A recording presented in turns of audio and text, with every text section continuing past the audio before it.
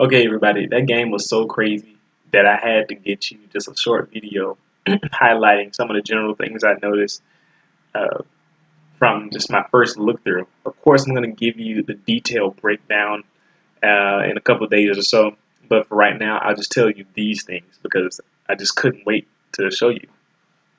So it's 10 things in total. The first one is that Tua Tagovailoa did a great job. That goes without saying. I'm pretty sure everyone say that he came in and he did his thing. Even Jalen said it.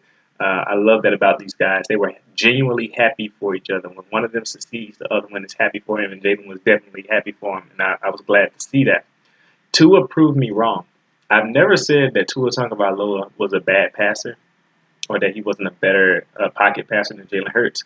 I've consistently said that I didn't think he would be ready, that he wouldn't be able to come in and play as well. And to be honest, based on what we've seen so far, that wasn't enough to say whether or not he was going to be good when he came in now. But he came in and he did play well. So that's something I can't take from him. I'm glad he did. He played so well that it's going to be a very interesting spring if you catch my drift. But still, with that said, I criticize every quarterback, even Jalen.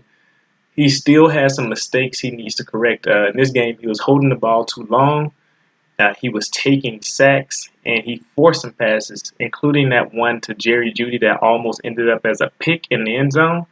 But he definitely shows that he's not afraid to throw the ball, and he has a really strong arm. He showed those passing skills. When he threw Calvin Ridley open on that fourth down to get the touchdown to tie the game up, or I forgot which one that was, but I think that was the one to tie the game up, that was impressive. A great play by Tua Tagovailoa throwing the ball. So, man, Bama looks good for the future. 2, Georgia was more effective running the ball than I thought they would be. They weren't prolific running the ball, but they did go over Alabama's average of holding teams like 90 yards. So they ran for about 120, 130 yards, something like that. So that was solid. It wasn't enough to beat Alabama, but it was solid. And one of the reasons why they were able to run the ball is because our linebackers, I mentioned this in my keys and matchups, our linebackers are a little bit lighter. They're not heavy linebackers. They can be pushed back by linemen. And those Georgia linemen were double teaming and getting to the second level and pushing people out of the way. I was really impressed, actually, that they held up so well. The Georgia offensive line did a great job. Third point, Jake Fromm played better than I thought he ever would. But he kind of faltered down the stretch. So early in the game, he was hitting throws, hitting his outside throws. Levi Wallace actually was having a little trouble with Calvin Ridley's younger brother, Riley Ridley, formerly Kevin Ridley.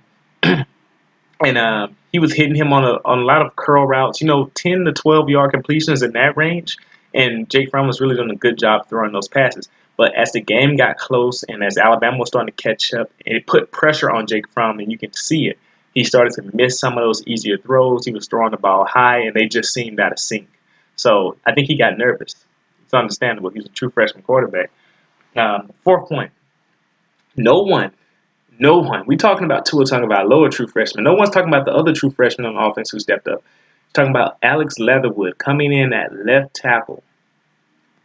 First meaningful snaps all season. And he held his own. He got beat a few times, and Tua had to suffer for it. But he held his own. And I think one of the reasons why he was able to hold his own even better than Jonah Williams was at times, because he was more athletic, I believe. So it's going to be cool to see. I think next year he could be pushing for that starting right tackle spot along with Jedrick Wells. So we'll find out. Now, the fifth point is that it relates to this previous point. Jonah Williams went down, and we put in Alex Leatherwood. But we also started the game missing our right guard, Lester Cotton. So J.C. Hassenauer was playing the game. So Alabama was able to win this game with the backup left tackle and a backup right guard. 6 point. I'm not going to say anything more other than that Derron Payne was amazing. Okay, I'm going to say a little bit more. He shed blocks. He was in the backfield pass rushing. He held his own against the run. Derron Payne is making himself look more and more like a first-round draft pick. 7 point. I don't know if you guys noticed this, but I did. Tony Brown, after he gave up that 80-yard touchdown from the slot, Nick Saban and the staff pulled him from the game. And next thing I know, I saw number 5, Shaheem Carter. Never in a million years would I thought. I haven't even thought about Shaheem Carter in a long time. when I expected that Shaheem Carter would go in for Tony, and he played pretty well down the stretch too. So I was impressed, and I was happy to see that because I really liked Shaheem Carter. 8 point. The majority of the true freshmen who played today, they all stepped up and outperformed the starters. Of course, obviously, Tua came in and passed the ball pretty well.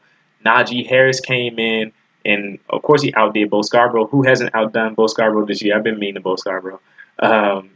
Devontae Smith with the game-winning touchdown. Also, he calls the pass interference earlier in the game. Uh, Jerry Jeudy with a big catch on third down earlier in the game. Who else? We had another true freshman. Henry Ruggs with a nice catch from the slot. We actually got a lot of guys involved, and they did a good job, these true freshmen, not to mention Alex Leatherwood.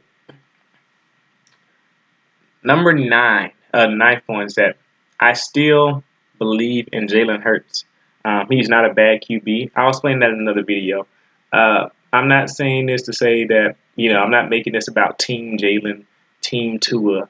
It's not about trying to say who's better right now. I'm just saying that I already know the narrative is going to be about Jalen, and I don't agree with them. It's basically what I'm saying here.